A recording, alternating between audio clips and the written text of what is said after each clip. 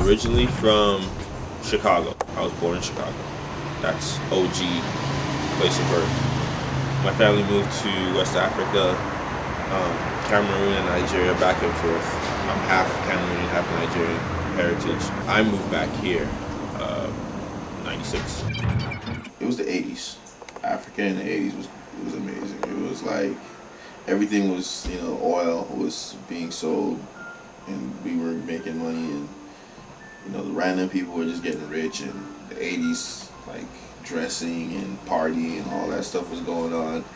It was like there were a few coups, a few military coups, nothing too serious, some curfews, but it was cool.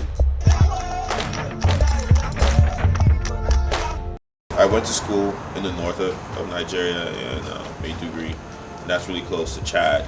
So there's a lot of Fulani music, and that's really some of the best music I heard in Africa was Fulani music, because they use their own crafted instruments, their own kinds of guitars and stuff.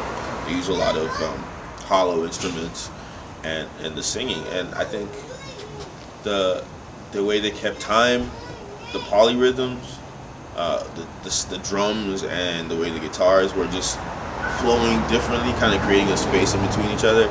I love that, and I think that's something that's always going to stay with me in anything I produce.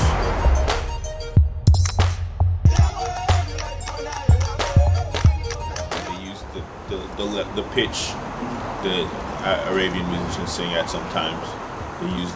They use that pitch. Another thing was I think some of the instruments were borrowed. The Fulani are a migrating tribe. They're like the gypsies of Africa. So they borrowed. There was probably a little bit of Arabian influence, a lot of Kushite influence, some Ethiopian influence in their music. And then they just somehow managed to transplant that stuff without really carrying too much of the stuff in between. So it's almost like gypsies.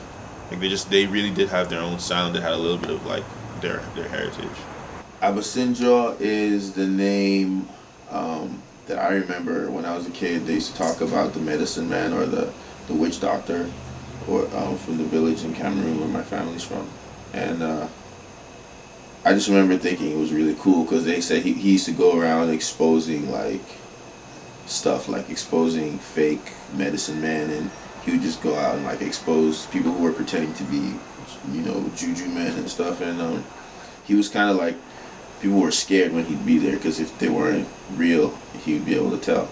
So I just kind of stole the moniker just from that.